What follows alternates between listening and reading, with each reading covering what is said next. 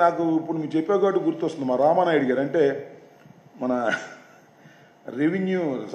Irrigation మంత్రి గారు ఆయన చాలా కష్టపడిపోయాడంట. మీరు చూసారా? బుడమేరు నాకు తెలియక అడుగుతానండి. ఇరిగేషన్ మినిస్టర్ అంటే గండ్లు పొచ్చడానికా? ఆ గండు పొచ్చడం కూడా మామూలుగా పొచ్చలేదంట. ఒక గొడుగు వేసుకున్నాడు, పచ్చ చొక్కా వేసుకున్నాడు. పాప మంచోడు, ఏ మాటకి ఆ మాట. నేను ఎట్లయితే ఇలా ముద్ర వేసుకుంటానో ఆయన కూడా పచ్చ చొక్కా వేసుకొని పార్టీ కమిట్మెంట్గా ఉంటాడు. దాని వరకు శభాష్. కానీ చంద్రబాబు నాయుడు గారు ఇరిగేషన్ మంత్రి గారిని ఎక్కడ పెట్టాడంటే, ఇంతవరకు ఇరిగేషన్ మంత్రి గారు పోలవరం గురించి మాట్లాడా? చంద్రబాబు నాయుడు గారే మాట్లాడతాడు. ఏ ప్రాజెక్టు గురించి అయినా మాట్లాడా? చంద్రబాబు నాయుడు గారే మాట్లాడతాడు. కానీ బుడమేరు గట్టు తెగిపోయింది కాబట్టి ఆ గట్టు దగ్గరే ఉండి అది పూడ్చేంతవరకు బయట రమ్మన్నా అంట. అక్కడే కూర్చున్నాడు, గొడుగు వేసుకున్నాడు, గాలి వచ్చినా గొడుగు వేసుకున్నాడు. ఏమంటే కెమెరాలో తీస్తున్నారు, అక్కడే భోంచేస్తున్నాడు, కెమెరాలో తీస్తున్నారు. బుడమేరు గండి పూడిన తర్వాతే ఇంటికి వస్తానా అంట. ఏందే నాకు అర్థం కాదు. బుడమేరు గండి పూడ్చడానికి ఎంత గొప్ప ఇరిగేషన్ మంత్రిగా పనిచేయటం నాకేం అర్థం కాల. అక్కడ మిలిటరీ వచ్చింది, గుత్తేదారులు వచ్చారు, వీళ్ళందరూ కలిసి గండి పూడ్చారు. అదేదో పెద్ద విపత్తులాగా. పెద్ద విపత్తు ఏమో చాలా పెద్దది, దానిలో గండి దిగటం అనేది ఒక చిన్న అంశం. ఆ గండిని పూడ్చేంత వరకు కూడా విశ్రమించని రామానాయుడు అని రీల్స్ మీద రీల్స్ వచ్చేస్తున్నాయి. మేమేమో డ్యాన్సులు వేసామంటే ఇంతకుముందు, వీళ్ళేమో గండ్లు పూడ్చారంటే ఈ రెండు కంపేరింగ్ చేసి ఒక దంపుడు కొడుతున్నారు. ప్రచార ఆర్భాటాలు పెచ్చు, అసలు పని సున్నా. నాకు తెలియగలుగుతానండి.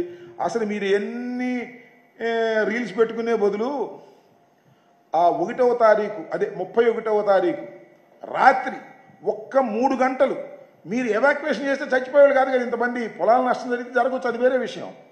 అంత దుర్మార్గమైన పని చేసి ఇవాళ గట్లు పూడ్చేటటువంటి కార్యక్రమానికి ఇరిగేషన్ మంత్రి గారు అద్భుతంగా చేశాడు, అమోఘంగా చేశాడు. శభాష్ ఇరిగేషన్ మంత్రి. అది ఒకసారి యూట్యూబ్లో కొట్టండి, ఇరిగేషన్ నిమ్మల రామానాయుడు అన్నీ శభాష్ రామానాయుడు అని ఎవరు చెప్తారు?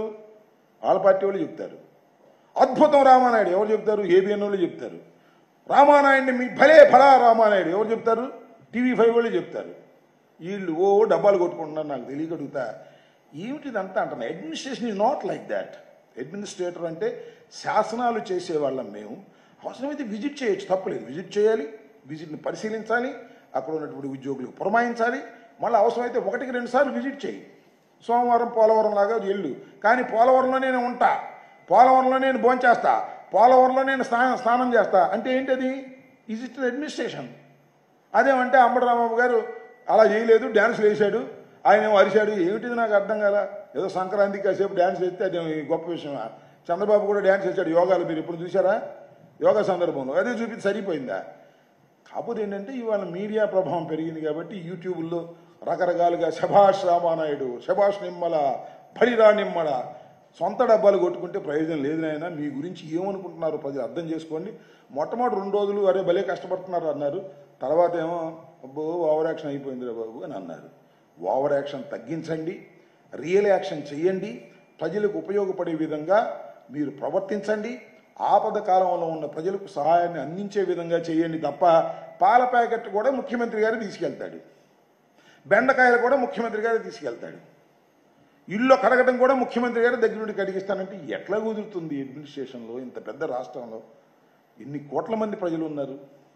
ఇవాళ విజయవాడలో 46 మంది వారి లెక్క ప్రకారం చనిపోయారు. ఈ 46 మంది చనిపోవడానికి మీరు చేసిన ఏకైక తప్పిదం అదేమిటంటే ముందుగా మీరు వార్నింగ్ ఇవ్వకోకుండా, ఎవాక్యుయేషన్ చేయకోకుండా చేసిన తప్పిదం వల్ల ఇంతమంది చనిపోయారనేటువంటి వాస్తవాన్ని మీరు గమనించలేకపోతే చాలా దురదృష్టమని ఈ సందర్భంగా నేను చెప్పదలుచుకున్నాను.